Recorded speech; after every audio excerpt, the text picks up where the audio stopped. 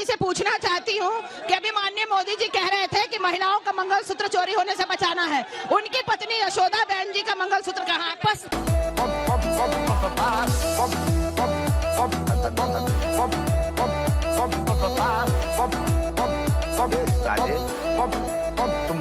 Personal सवाल से बचिए आप लोग। तू समझा? हाँ। नहीं, तू समझा नहीं। मेरा भाजपा के प्रवक्ता जी से सवाल है, भारतीय जनता पार्टी अपने आप को हिंदुओं का ठेकेदार पूरे देश में कहती घूम रही है। अभी इलेक्ट्रल बॉन्ड के नाम पर भारतीय जनता पार्टी ने बीफ काटने वाली कंपनी से जो 6 करोड़ रुपए चंदा लिया, उसका जवाब दे भारतीय। गजब बेइज्जती है।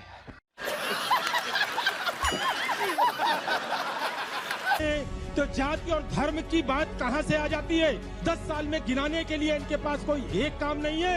अगर गिनाने, काट की हांडी बार बार नहीं चलती, 2 बार चढ़ चुकी है, दोबारा जल के रहेगी। मणिपुर में महिलाओं के ऊपर अत्याचार हुआ, निवस्त्र किया गया, कहाँ थे मोदी जी? 10 सालों से हमारे लिए क्या किया? कुछ काम नहीं किया हमारे लिए। आप ये बताएं, 10 साल तक सरकार में थे, महंगाई भ्रष्टाचार के बारे में क्या हुआ? 15 लाख का क्या हुआ? संविधान को ज्यादा जरूरी समझती है या धर्म को ज्यादा जरूरी? क्या आपको वातावरण नजर आता है देश का 400 पार? मणिपुर भी हमारे देश का हिस्सा है, कभी वहाँ पर देख लिया करो। आप क्यों नहीं गए अभी तक? बीजेपी क्या बात करते हैं, हम महिलाओं को आगे बढ़ाते हैं, और आपका एक नेता महिलाओं के लिए आपत्तिजनक टिप्पणी कर देता है कि ये सनातन कर रहे हैं। पाकिस्तान की कंपनी से इनको चंदा गया है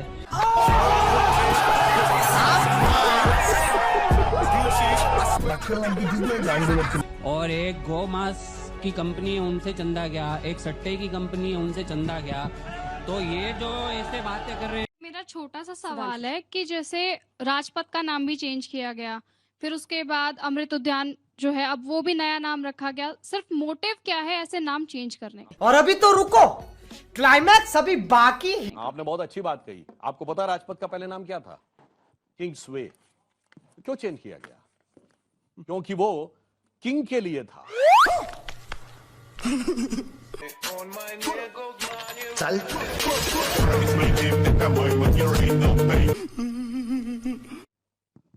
तो इसलिए उसको कर दिया गया राजपथ।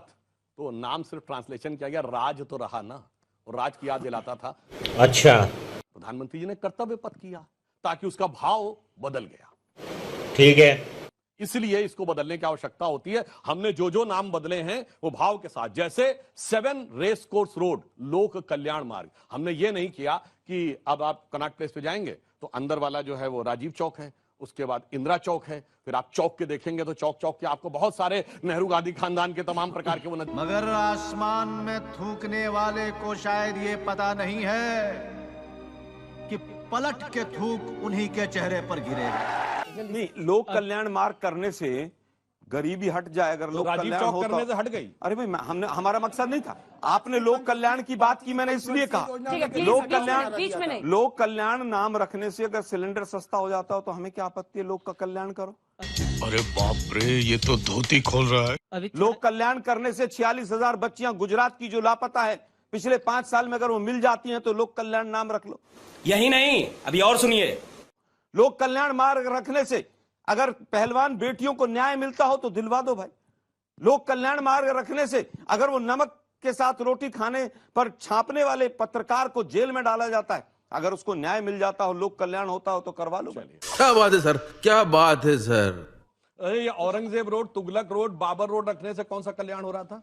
इस प्रकार की बचकाना बातें किसी के गले नहीं उतरती, लोग मजाक उड़ाते।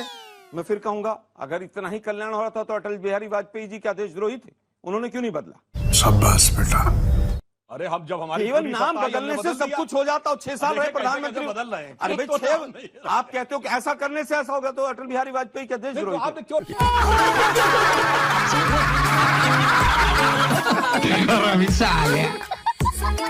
रखा था? चलिए, लोक कल्याण तो समझ में आता है। ये बाबर, तुगलक, औरंगजेब के नाम पे क्यों रखा? मैं समझता हूं कि वो इस देश के हिस्सा रहे। वो देश के हिस्सा थे। हाँ, क्यों नहीं रहे? अच्छा, देश के हिस्सा नहीं रहे क्या? वो शिवाजी महाराज, महाराणा प्रताप के नाम पे क्यों नहीं? क्या भाई, उनके नाम पर नहीं थे? उनके नाम पर भी है। चंद्रगुप्त, ये शिवाजी स्टेडियम कैनॉट प्लेस के बाद साथ वाला 1982 में एशियाड गेम्स में क्या मोदी जी ने बनवाया? ये बड़ी अच्छी बात कही आप। नहीं तो ये बताइए ना, पर किसने बनवाया था? बताइए। आजादी के समय किसने रखवाया? क्या बेकार की बात करते हैं। इतिहास में उलझाए रखिए आगे की सुध लेने मत दीजिए। 5 किलो राशन दे के शौचालय बनवा के देश को गुमराह करते। तमिलनाडु, केरला, ये सारे राज्य देश के हिस्से हैं। चले जाते वहां पर और एक भी सीट से चुनाव लड़ने की हिम्मत जुटा लेते। ये भी तो देश का हिस्सा है, क्यों नहीं जुटा पा रहे हैं? मेरे पास कोई फाज नहीं है, मुझे माफ कर दे आप लोग सारे, मुझे छुट्टी दे दे। असलियत ये है कि मोदी जी भागते फिर रहे हैं क्योंकि उनको पता है कि देश के कोने कोने से बेरोजगारी, महंगाई, आर्थिक असामान्यता, महिला सुरक्षा पर लोग खड़े होकर सवाल पूछ रहे हैं। बात तो सही है। राहुल जी ने कहा अध्यक्ष तय करते हैं, सीसी में फैसला होगा और बिल्कुल होगा। अभी तो नोटिफिकेशन आया भी नहीं है अमेठी का, तो इतना परेशान क्यों है लोग? नोटिफिकेशन ही 27 तारीख को आ रहा है, तो इंतजार करिए, देखिए क्या होता है, कौन लड़ता है, कैसे होता है। वो कोई छुपकर तो चुनाव लड़ा नहीं जाएगा, सार्वजनिक रूप से लड़ा जाएगा, सबको पता चल जाएगा।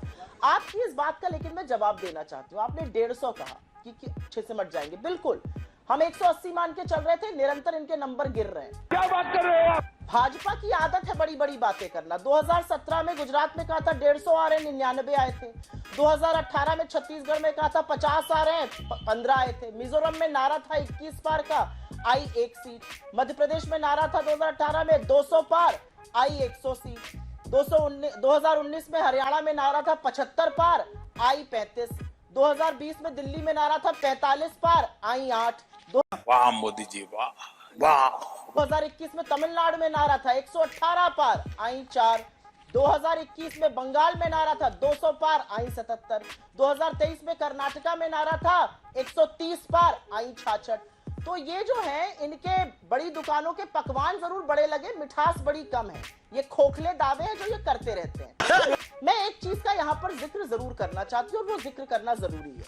आप सुनिए ना भाजपा के खुद के नेता क्या कह रहे हैं। एक कैंडिडेट है नवनीत राणा जी, अभी तक इंडिपेंडेंट थी, अब बीजेपी का दामन थामा है। ऑन कैमरा अपने कार्यकर्ताओं को कह रही है कोई मोदी की लहर नहीं है, काम करो, मेहनत करनी पड़ेगी। इनके कार्यकर्ता कह रहे हैं। इनके महेश शर्मा एमपी हैं, वो कह रहे हैं जो मोदी योगी को ना माने वो अपने बाप को बाप ना माने। ये इनकी लैंग्वेज है।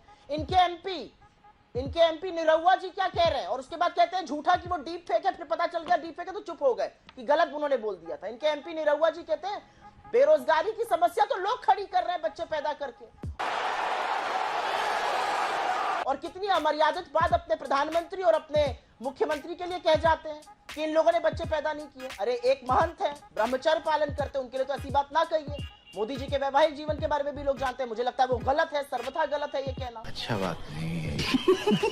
लेकिन बेरोजगारी इसलिए बढ़ रही क्योंकि बच्चे पैदा कर रहे हैं लोग। ये किस तरह की बेवकूफी की बातें हैं। और मैं एक चीज और यहाँ पर कहना चाहती हूँ, और वो चीज कहनी जरूरी है। अंजना जी, असलियत यह है कि प्रधानमंत्री आज असम और त्रिपुरा में है, और ये कहकर अपनी बात समाप्त कर दूंगी। 1 घंटे 12 मिनट की फ्लाइट है त्रिपुरा से मणिपुर। प्रधानमंत्री की हिम्मत नहीं हो रही मणिपुर जाने की। मणिपुर इस देश का हिस्सा नहीं है। पहले चरण में मणिपुर में चुनाव नहीं है। मणिपुर को आप इस कगार पे मेरे देश को ले आए कि एक सीट पर 2 दिन वोट डालने पड़ रहे हैं। आपकी हिम्मत नहीं हो रही मणिपुर जाने की। 1 साल से मणिपुर जल रहा है। अरे थोड़ी तो नैतिकता दिखाइए, थोड़ी तो सहृदयता दिखाइए। मणिपुर जाइए, अरुणाचल जाइए। अरुणाचल में चीन कब्जा करके बैठा है, आपका सांसद कह रहा है वहां हिम्मत नहीं है। इसी चुनाव में मैं आपको बताता हूं, मेरे हाथ में इलेक्शन कमीशन ऑफ इंडिया के 2 ऑर्डर हैं। सबसे पहले गाली वाली प्रवक्ता यहाँ बैठी है, इन्होंने एक महिला नेत्री के लिए क्या कहा, मंडी में भाव क्या चल रहा है, और उसके बाद इलेक्शन कमीशन ऑफ इंडिया ने जो कहा है, उन्होंने इनको वार्निंग दी है, सेंश्योर किया है। इसलिए मर्यादा की बात गाली वाली प्रवक्ता करे तो ये उचित नहीं होते। अबे साले, हक दिया, हक दिया। अब तक तो मुझे लगा सिर्फ पाद रहा है, लेकिन ना भाई, हक दिया। दूसरी बात, राहुल गांधी ऐश्वर्या राय का अपमान करते हैं, कहते हैं प्राण प्रतिष्ठा का जो उत्सव था उसमें ऐश्वर्या राय नाच रही थी। शांत हो जाइए अंजना जी, बीच में मत बोलिए।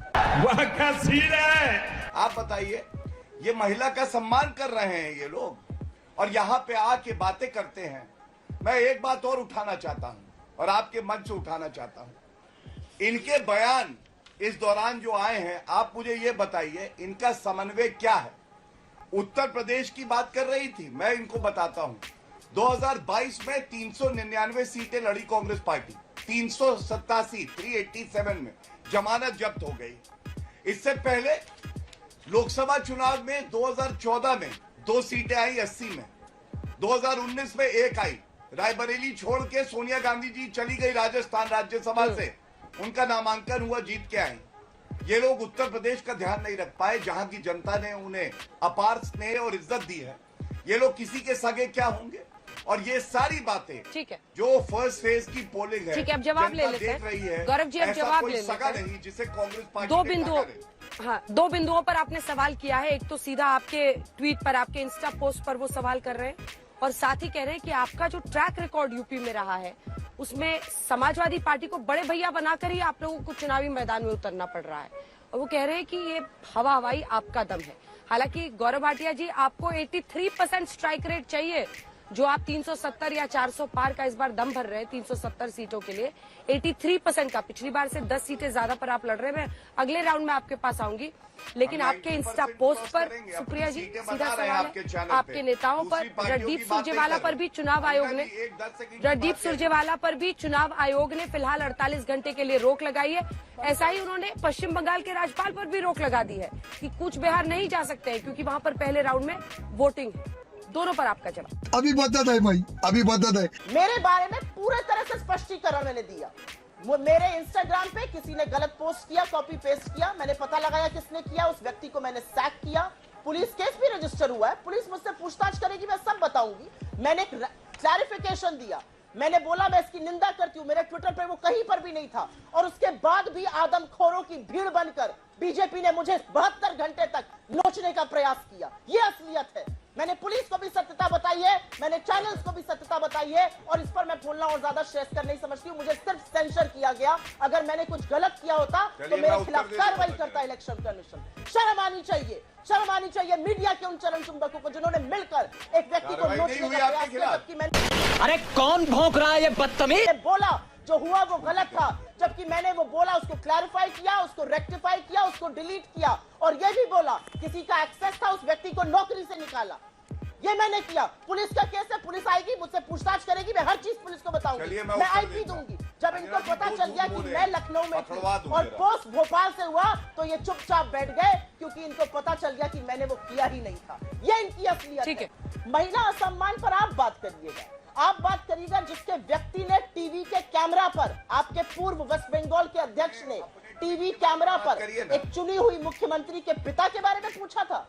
वो बात करेगा महिला सम्मान की, वो महिला सम्मान की बात करेगा जो वैधव्य झेलती हुई एक सांसद के लिए कांग्रेस की विधवा कहता है। वो बात करेगा जो दाम्पत्य के सूत्र में बंधी पत्नी के लिए 50 करोड़ की गर्लफ्रेंड कहता है। वो बात करेगा महिला सम्मान की जिसकी नाक के नीचे बेटियां को रौंदा गया, उनको घसीटा गया सड़कों पर, और आप चुप रहे, आप मौन रहे, आप आरोपी के साथ खड़े रहे, आप हाथरस में 2:30 बजे लड़की को फूंक दिया गया, आप चुप रहे। आप महिला सम्मान पे बात करेंगे। और अब मैं अपनी बात यहाँ पे कहूंगी। रणदीप जी ने एक बयान दिया, उसको आधा अधूरा काट छाट के दिखाया गया। 2 दिन के लिए उनको कैंपेनिंग पिक्चर अभी बाकी है मेरे दोस्त। ये टुकड़े टुकड़े कौन है जो शिक्षा के दलाल है? ये टुकड़े टुकड़े कौन है बिकाऊ पत्रकार है? ये टुकड़े टुकड़े कौन बलात्कार पे मौन चौकीदार का है बेस पर कौन से की कौम है? ये टुकड़े टुकड़े कौन है जो देश को बंटवाते हैं? ये खुद की औलादों को विदेश में पढ़ाते हैं। ये हक की लड़ाई में यहाँ लाठियां चलवाते हैं और अनपढ़ों को यहाँ बेटा भक्त बनाते हैं।